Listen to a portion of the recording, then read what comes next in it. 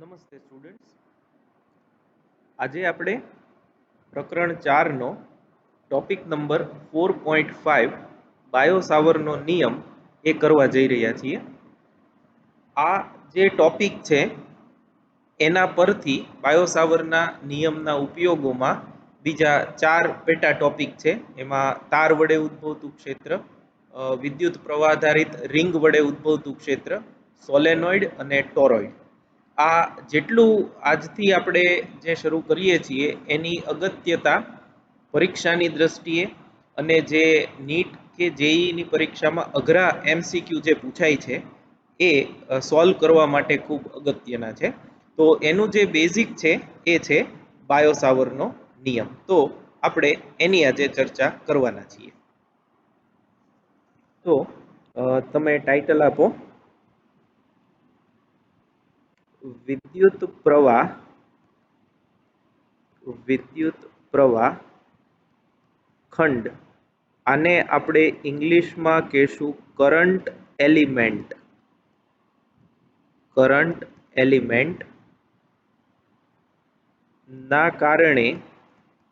ના કારણે મળતું અથવા તો ઉદ્ભવતું ચુંબકીય ક્ષેત્ર અને એ જેનાથી મળે એ છે બાયોસાવરનો નિયમ.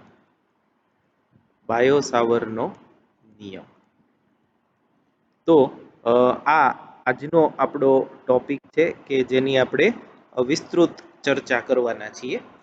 તો થોડુંક તમને પહેલા હિસ્ટ્રી કહી દઉં કે આપણે શું કરવા માંગીએ છીએ આ નિયમમાં. ઓર્સ્ટેડ, આપણે શરૂઆતમાં જ આ કીધું હતું, ઓર્સ્ટેડના અવલોકન મુજબ વિદ્યુત પ્રવાહધારિત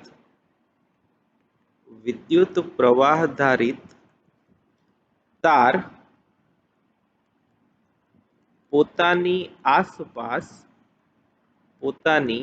આસપાસ ચુંબકીય ક્ષેત્ર ઉત્પન્ન કરે છે. એટલે ઓર્સ્ટેડે એવું કીધું હતું કે જો કોઈ વિદ્યુત પ્રવાહ આધારિત તાર હોય, એમાંથી વિદ્યુત પ્રવાહ પસાર થતો હોય એવો કોઈ પણ તાર, તો એની ફરતે ચુંબકીય ક્ષેત્ર ઉત્પન્ન થાય છે. પણ આ ચુંબકીય ક્ષેત્રનું મૂલ્ય કેટલું હોય, અંતર સાથે એ કઈ રીતે બદલાય છે, પ્રવાહ સાથે કઈ રીતે બદલાય છે, તો એની કોઈ માહિતી ઓર્સ્ટેડે આપી નહોતી. એટલે આપણે ઓર્સ્ટેડનું અવલોકન કહીએ છીએ, ઓર્સ્ટેડનો નિયમ એવું નથી કહેતા, કેમ કે ઓર્સ્ટેડે ખાલી એવું જોયું કે વિદ્યુત પ્રવાહ આધારિત તાર ચુંબકીય ક્ષેત્ર ઉત્પન્ન કરે છે. તો બાયો અને સાવરે આ ચુંબકીય ક્ષેત્ર નું મૂલ્ય આપતો નિયમ રજૂ કર્યો, જેને બાયોસાવરનો નિયમ કહે છે. હવે આ નિયમ જે છે એ હું એક આકૃતિ દોરી અને તમને સમજાવું, એટલે તમને સમજવો છે એ વધુ સહેલો પડશે. ધારો કે આ એક વિદ્યુત પ્રવાહ આધારિત તાર છે, ગમે એ શેપનો આપણે લઈ શકીએ. આ વિદ્યુત પ્રવાહ આધારિત તાર છે. આ લાંબો છે, આપણે એનો મર્યાદિત ભાગ જે છે એ બતાવ્યો છે. આને ધારો કે આપણે x કહીએ અને આને y કહીએ, અને એમાં આ તરફની દિશામાં પ્રવાહ I છે એ વહે છે. હવે વિદ્યુત પ્રવાહ ખંડ, ખાસ આ શબ્દ અગત્યનો છે. વિદ્યુત પ્રવાહ ખંડ એટલે શું? તો આ જ તાર પર આપણે આટલો કટકો લઈએ, આ તારની સૂક્ષ્મ લંબાઈ. તો આ લંબાઈ છે એ ધારો કે dl જેટલી છે. આ લંબાઈ જે છે એ dl જેટલી છે. એલ સદિશ છે એટલે ડીએલ છે એ સદિશ થશે. તો એમાંથી પ્રવાહ આ દિશામાં પસાર થાય તો એની દિશા દર્શાવવી હોય તો આપણે આમ દર્શાવી શકીએ. આમ. તો આ જે છે આઈ અને ડીએલ એનો ગુણાકાર આઈડીએલ થશે અને આ જે આઈડીએલ છે આને કહેવાય વિદ્યુત પ્રવાહ ખંડ. વિદ્યુત પ્રવાહ ખંડ એટલે બેઝિકલી વિદ્યુત પ્રવાહ ખંડ એટલે વિદ્યુત પ્રવાહ અને સૂક્ષ્મ લંબાઈ નો ગુણાકાર. આ બેનો ગુણાકાર એને આપણે કહીશું વિદ્યુત પ્રવાહ ખંડ. હવે આ વિદ્યુત પ્રવાહ ખંડથી અમુક અંતરે આવેલું એક બિંદુ પસંદ કરીએ. ધારો કે અહીંયા આગળ આ બિંદુ છે, આને આપણે P કહીએ અને આ R છે, વેક્ટર R. તો IDL થી R અંતરે આવેલું આ એક બિંદુ P છે. IDL અને R વચ્ચેનો ખૂણો ધારો કે થીટા છે. તો આ વિદ્યુત પ્રવાહ ખંડ થયો, આ બિંદુ P થયું. આ બિંદુ P એવું છે કે જ્યાં આપણે ચુંબકીય ક્ષેત્ર મેળવવું છે, જેનું વિદ્યુત પ્રવાહ ખંડથી અંતર R છે. તો લખતા જઈએ સાથે સાથે. આ 2 માર્કમાં પૂછાય છે એટલે તમે પણ સાથે લખી અને તૈયારી કરજો. આકૃતિમાં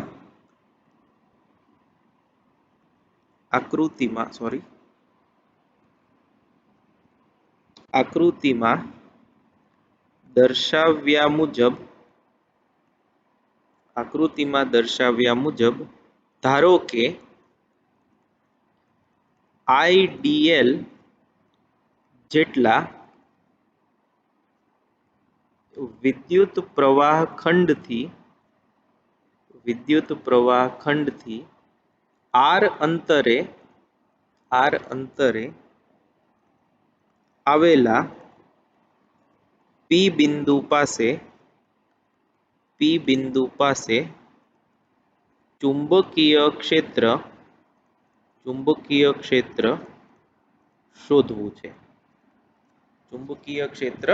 શોધવું છે. તો આ માટે બાયો-સાવરનો નિયમ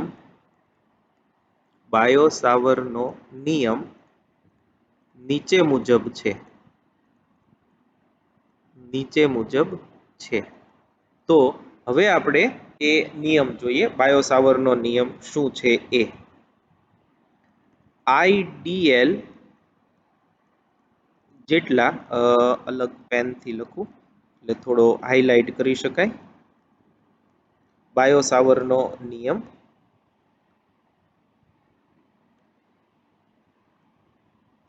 IDL જેટલા વિદ્યુત પ્રવાહ ખંડ એટલે કે કરંટ એલિમેન્ટ, હું વારંવાર એ શબ્દ રિપીટ કરું છું જેથી કરીને તમને યાદ રહી જાય. IDL જેટલા વિદ્યુત પ્રવાહ ખંડથી R અંતરે આવેલા કોઈ બિંદુ પાસે ચુંબકીય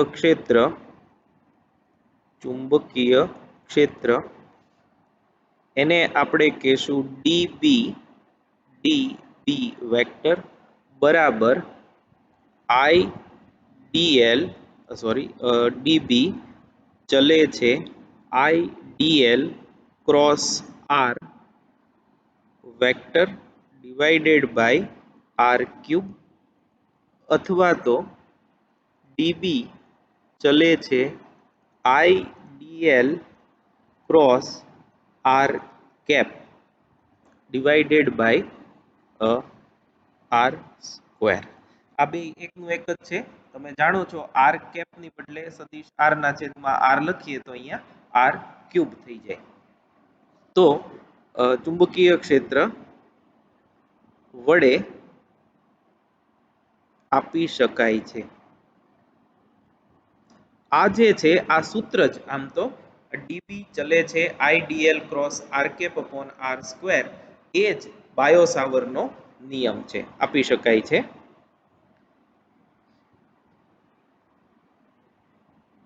હવે therefore dB બરાબર, આ સમપ્રમાણતાની નિશાની દૂર કરીએ તો અચળાંક જે મૂકશું એને આપણે કહેશું μ0 upon 4 pi into IDL cross R cap upon R square, અથવા dB બરાબર μ0 upon 4 pi IDL cross vector R upon R cube, જ્યાં μ0 ને, આ ખાસ યાદ રાખજો, μ0 ને શૂન્યાવકાશની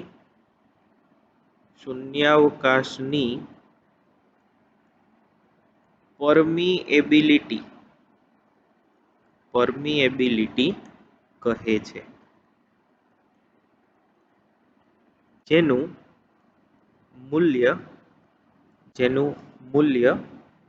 4 pi into 10⁻⁷ 4 pi into 10⁻⁷ tesla into metre પર એમ્પિયર જેટલું છે. આ એનું મૂલ્ય છે.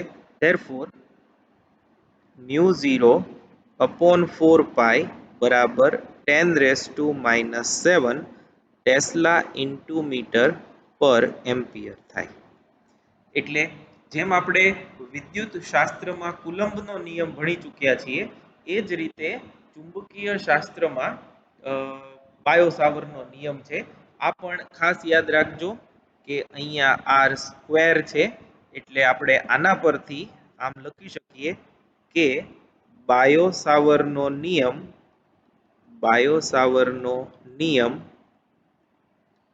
કુલંબના નિયમની જેમ વ્યસ્ત વર્ગનો નિયમ છે.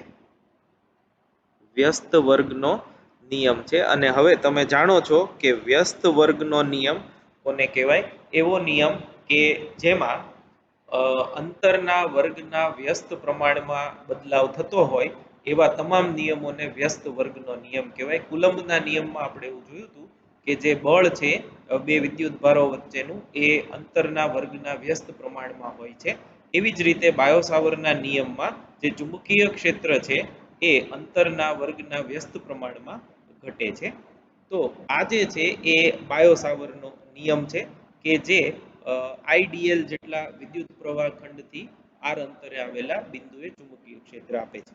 અચ્છા, જેમ હવે આપણે થોડીક સરખામણી પણ કરતા રહીએ, સામ્યતાઓ અને વિષમતાઓ એવો એક ટોપિક અલગ આપ્યો છે ટેક્સ્ટ બુકમાં અને આપણે મટીરિયલમાં પણ જે રીતે વિદ્યુત શાસ્ત્ર છે એમાં જેવો રોલ વિદ્યુત ભારનો છે, જેમ કે આપણે એવું કહીએ છીએ કે વિદ્યુતીય ક્ષેત્ર અથવા તો વિદ્યુત ઉદ્ભવવાનું કારણ છે એ વિદ્યુત ભાર છે, એમ ચુંબકીય ક્ષેત્ર ઉદ્ભવવાનું કારણ એ વિદ્યુત પ્રવાહ ખંડ છે.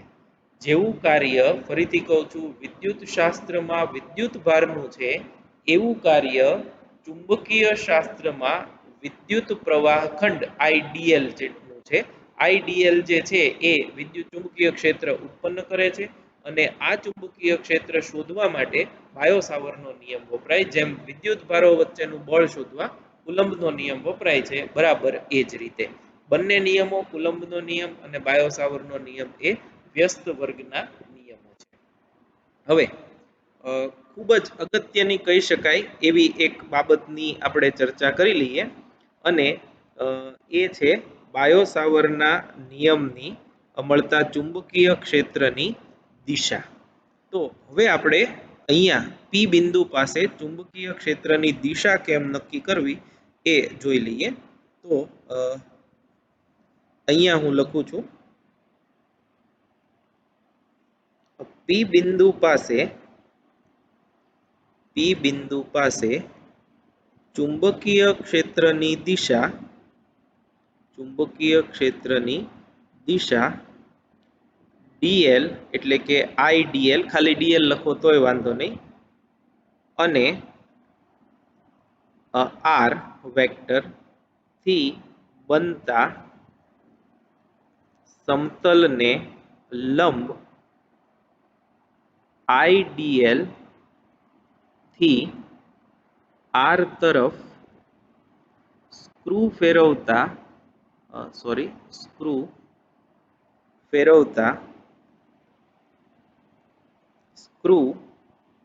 જે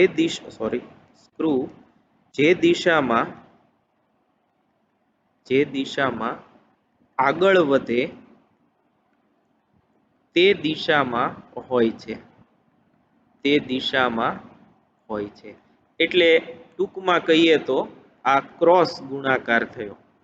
હવે મેં તમને શરૂઆતમાં જ કીધું હતું કે ડોટ અને ક્રોસ ગુણાકાર જે છે એ ખૂબ જ પાયાની બાબતો છે વિદ્યુત ચુંબકીય શાસ્ત્ર ભણવા માટે. આપણે ગાઉસનો નિયમ અને એ બધું જ્યારે જોયું ત્યારે ડોટ ગુણાકારનો ઉપયોગ તમે વધારે સારી રીતે કર્યો હતો. આ આખા ચેપ્ટરમાં ક્રોસ ગુણાકારનો મેક્સિમમ ઉપયોગ થશે. તો જો તમે ક્રોસ ગુણાકાર ભૂલી ગયા હો તો ફરીથી ધોરણ 11નું ક્રોસ અને ડોટ ગુણાકાર વાળું સેક્શન છે એ નોટબુક ખોલી અને ફરીથી જોઈ જજો. એનું અસાઇનમેન્ટ ત્યારે આપ્યું હતું 11મા ધોરણમાં, એ પણ સોલ્વ કરજો, જેથી કરીને તમને દિશા, જો એક ક્રોસ ગુણાકારથી દિશાઓની માહિતી તમને નહીં ખબર હોય તો ઓલમોસ્ટ 90% ચેપ્ટર તમને નહીં આવડે. કેમ કે આ પહેલો ટોપિક છે કે જેમાં ક્રોસ ગુણાકાર આવ્યો. હવે લગભગ તમામ ટોપિકમાં ક્રોસ ગુણાકારથી દિશાઓ મેળવવાની આવશે. તો હવે આ તમે જાણો છો એ જ છે, એમાં મેં કંઈ નવું લખ્યું નથી. આઈડીએલ ક્રોસ આર હોય તો પહેલાથી બીજા સદિશ તરફ સ્ક્રૂ ફેરવવાનો. એટલે તમે હવે તમારે કરવું પડશે ત્રિપરિમાણમાં.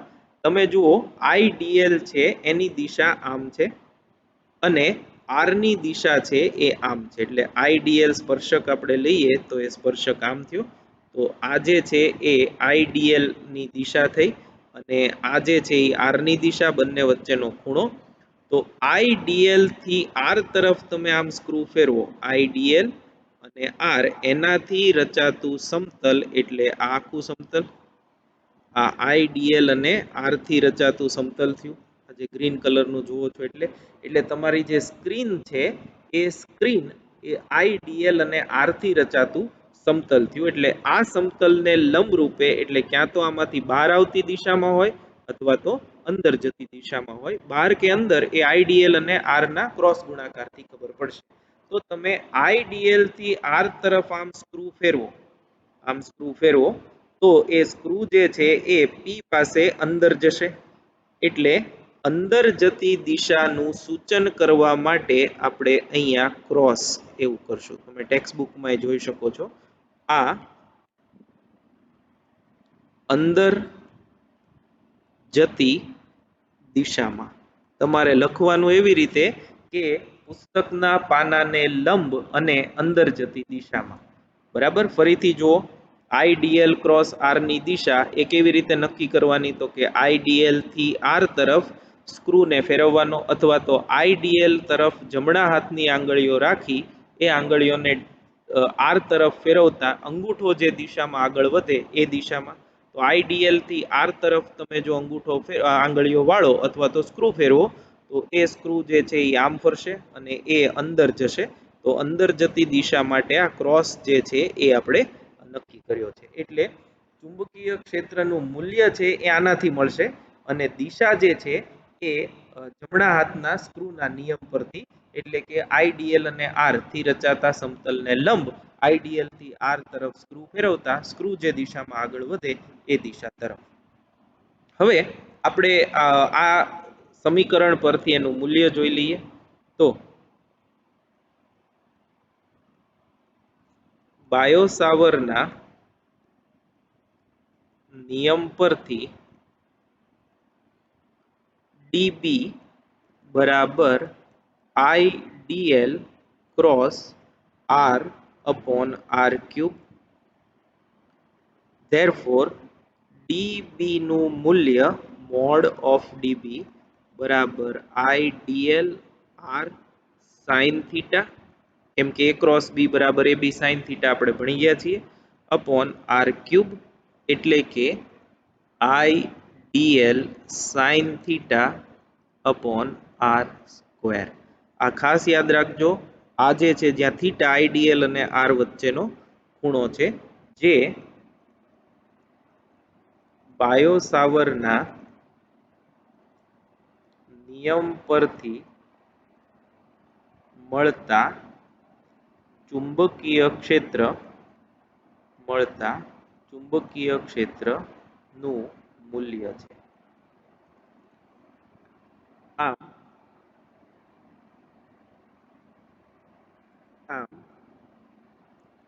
ચુંબકીય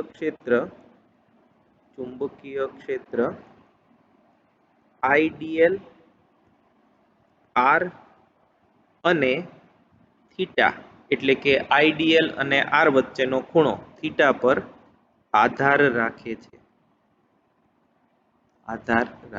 અત્યારે આ યાદ રાખો, કેમ કે આપણે પછી આની વિસ્તૃત ચર્ચા કરવાના છીએ।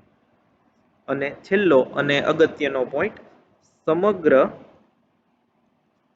તાર વડે ઉદ્ભવતું ચુંબકીય ક્ષેત્ર મેળવવા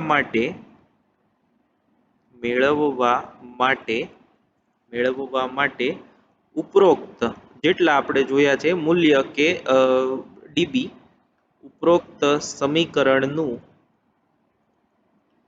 સંકલન કરવું જોઈએ। Therefore, B મેગ્નેટિક ફિલ્ડ બરાબર મ્યુ 0 I અપોન 4 પાઈ, આ અચળાંકો છે એને બહાર લઈએ, સંકલન લેવાનું સમગ્ર તાર પરનું dl cross r cap upon r square. આ ચુંબકીય ક્ષેત્રનું સૂત્ર છે, અથવા તો dl sin theta upon r square સમગ્ર તાર પરનું સંકલન આ બાયો સાવરના નિયમથી મળતા ચુંબકીય ક્ષેત્રનું સૂત્ર છે। હવે આ બાયો સાવરનો નિયમ છે, ફરીથી એક વખત તમે આ વિડિયો લેક્ચર જોઈ જજો અને ટેક્સ્ટબુક અને મટીરિયલમાંથી વાંચી અને સમજી લેજો। એક આની સાથે બીજો એક પ્રશ્ન એવો પણ પૂછાય છે કે કુલંબના નિયમ અને બાયો સાવરના નિયમ વચ્ચેની સામ્યતા અને વિષમતાઓ જણાવો। તો આપણે એ પણ ટોપિક સાથે સાથે જોઈ લઈએ। એ મટીરિયલમાં તમને આપેલો છે, એટલે હું તમને એમાંથી જ કરાવી દઉં છું। તો જુઓ, આ આપણું મટીરિયલ છે। આપણે પહેલો વિભાગ જે છે એ ચુંબકીય ક્ષેત્રમાં વિદ્યુત ભારની ગતિ અથવા તો ચુંબકીય ક્ષેત્રનું ઉદ્ગમ એવો ટોપિક જોયો, જેમાં સાયક્લોટ્રોન જે છે એ મુખ્ય ટોપિક છે। એ સમગ્ર વિસ્તારની ભાગની આપણે ચર્ચા કરી। સેકન્ડ પાર્ટ જે છે એ છે બાયો સાવર નો નિયમ અને એમ્પિયર નો સર્કિટલ નિયમ। એમાં પહેલું બાયો સાવરનો નિયમ લખો અને સમજાવો, એ આપણો પહેલો પ્રશ્ન છે। તો તમે જોઈ શકો છો એમ, આ જે છે એ વિદ્યુત પ્રવાહ ધારિત તાર છે, જેમાંથી I જેટલો પ્રવાહ પસાર થાય છે। આપણે ટેક્સ્ટબુકમાં એમને x અને y એવું નામ આપેલું છે। એમાંનો એક વિદ્યુત પ્રવાહ ખંડ IDL છે। IDL ને વિદ્યુત પ્રવાહ ખંડ કહે છે, આ આપણે જાણીએ છીએ। એનાથી r અંતરે અને થીટા જેટલા કોણે આવેલું એક P બિંદુ છે, અને ત્યાં ચુંબકીય ક્ષેત્ર કેટલું હોય એ મેળવવાનું છે। તો એ મેળવવા માટે બાયો સાવરનો નિયમ કંઈક આવો છે, ચુંબકીય ક્ષેત્ર dB નું મૂલ્ય વિદ્યુત પ્રવાહ I અને ખંડ લંબાઈ dl ના સમપ્રમાણમાં, એટલે IDL ના સમપ્રમાણમાં તથા અંતર r ના વર્ગના વ્યસ્ત પ્રમાણમાં હોય છે, અને તેની દિશા dl અને r થી રચાતા સમતલને લંબ હોય છે। આ એનો નિયમ છે, જે આપણે ટેક્સ્ટબુકમાં લખ્યો છે એ મુજબ। અને સદિશ સ્વરૂપે બાયો સાવરનો નિયમ નીચે મુજબ લખી શકાય। આ છે dB IDL cross r upon r square, અને આ સમીકરણ 1 જે છે એ એનું સૂત્ર છે, જ્યાં મ્યુ 0 અપોન 4 પાઈ એ સમપ્રમાણતા અચળાંક છે, જેમ આપણે કુલંબના નિયમમાં 1 અપોન 4 પાઈ એપ્સિલોન 0 હતું એની જેમ મ્યુ 0 ને શૂન્યાવકાશની પરમિએબિલિટી કહેવાય, અને IDL ને વિદ્યુત પ્રવાહ ખંડ કહેવાય। અને આ ચુંબકીય ક્ષેત્રનું મૂલ્ય એ આટલું થાય, થીટા એ ડીએલ અને આર વચ્ચેનો ખૂણો છે. તો બાયો સાવરનો નિયમ જે છે એમાં તમારે આટલું સેક્શન લખવાનું છે. નેક્સ્ટ જે છે એ છે આ નિયમની સમજૂતી. તો એ આપણે જે મેં તમને ભણાવ્યું એનું તમારે શબ્દોમાં એનું વર્ણન કરવાનું છે. ઉપરની આકૃતિમાં દર્શાવ્યા પ્રમાણે આઈ વિદ્યુત પ્રવાહ ધરાવતો કોઈ યાદચ્છિક આકાર ધરાવતો વાહક ધ્યાનમાં લો અને આપણું કામ છે એ તારથી આર અંતરે આવેલા પી બિંદુ પાસે ચુંબકીય ક્ષેત્ર મેળવવાનું. તો એના માટે આપણે જે સંકલનમાં કરીએ છીએ એ મુજબ જ સમગ્ર તારને ડીએલ જેટલી સૂક્ષ્મ લંબાઈના અસંખ્ય વાહકોનો બનેલો લઈ શકાય અને સમીકરણ 1 જે ઉપર અહીંયા છે એની મદદથી આપણે ચુંબકીય ક્ષેત્ર મેળવી શકાય અને આ ચુંબકીય ક્ષેત્રની દિશા આઈડીએલ અને આર થી રચાતા સમતલને લંબ આઈડીએલ થી આર તરફ સ્ક્રૂ ફેરવતા સ્ક્રૂ જે દિશામાં આગળ વધે તે દિશામાં હોય અને એ તમે જુઓ તો એ સમતલને લંબ અને અંદર તરફ હોય છે. આ જે સેક્શન છે આ ઇમ્પોર્ટન્ટ, આ તમે જ્યારે લખો ત્યારે આ મેન્શન કરવું ખૂબ જરૂરી છે કે કઈ રીતે ચુંબકીય ક્ષેત્રની દિશા એ મેળવી શકાય છે. અને કુલ ચુંબકીય ક્ષેત્ર મેળવવું હોય તો બધાનું સંકલન છે એ કરવાનું આવે. આ આપણે જે ઉપર ચર્ચા કરી એનું જ છે, એમાં નવું કંઈ નથી. નેક્સ્ટ જે છે એ બાયો સાવર અને કુલંબના નિયમની સામ્યતાઓ અને વિષમતાઓ વિશેનો છે.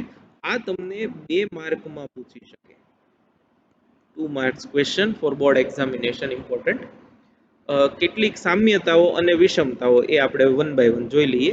બંને લાંબા અંતર સુધી લાગે છે, એટલે વિદ્યુતીય બળ અને ચુંબકીય બળ બંને, આમ તો વિદ્યુત ચુંબકીય બળ એ લોંગ રેન્જ ફોર્સ છે, એટલે ખૂબ જ લાંબા અંતર સુધી લાગે, કારણ કે બંને ઉદ્ગમથી આપેલા બિંદુ સુધી અંતરના વર્ગના વ્યસ્ત પ્રમાણ પર આધાર રાખે છે અને સંપાતપણાનો સિદ્ધાંત પણ બંને માટે લાગુ પડે છે.